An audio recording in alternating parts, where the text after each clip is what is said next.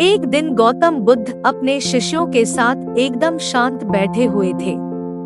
उन्हें इस प्रकार बैठे हुए देख शिष्य चिंतित हुए कि कहीं वह अस्वस्थ तो नहीं है। एक शिष्य ने उनसे पूछा कि आज वह मौन क्यों बैठे हैं? क्या शिष्यों से कोई गलती हो गई है? इसी बीच एक अन्य शिष्य ने पूछा कि क्या वह अस्वस्थ है? पर बुद्ध मौन रहे। तभी कुछ दूर खड़ा व्यक्ति जोर से चिल्लाया, आज मुझे सभा में बैठने की अनुमति क्यों नहीं दी गई है? बुद्ध आंखें बंद करके ध्यान मग्न हो गए। वह व्यक्ति फिर से चिल्लाया, मुझे प्रवेश की अनुमति क्यों नहीं? मुझे प्रवेश की अनुमति क्यों नहीं मिली? इसी बीच एक उदार शिष्य ने उसका पक्ष लेते हुए कहा कि उसे सभा में आने की अनुमति प्रदान की जाए। बुद्ध ने आंखें खोली और बोले, नहीं, वह अछूत है, उसे आज्ञा नहीं दी जा सकती। यह सुनकर शिष्यों को बड़ा आश्चर्य हुआ।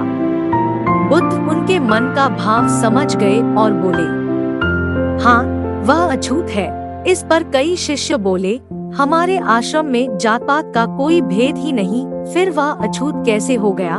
तब बुद्ध ने समझाया, आज वह क्रोधित होकर आया है। क्रोध से जीवन की एकाग्रता भंग होती है।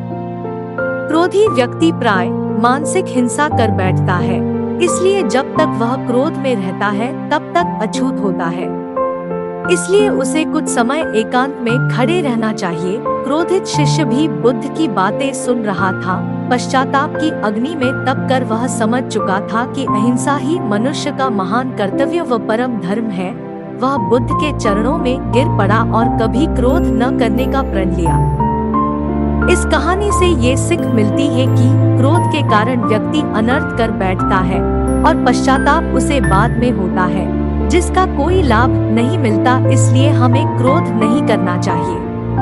असल मायने में क्रोधित व्यक्ति अछूत हो जाता है और उसे अकेला छोड़ देना चाहिए। क्रोध करने से तन, मन और धन तीनों की हानि होती है।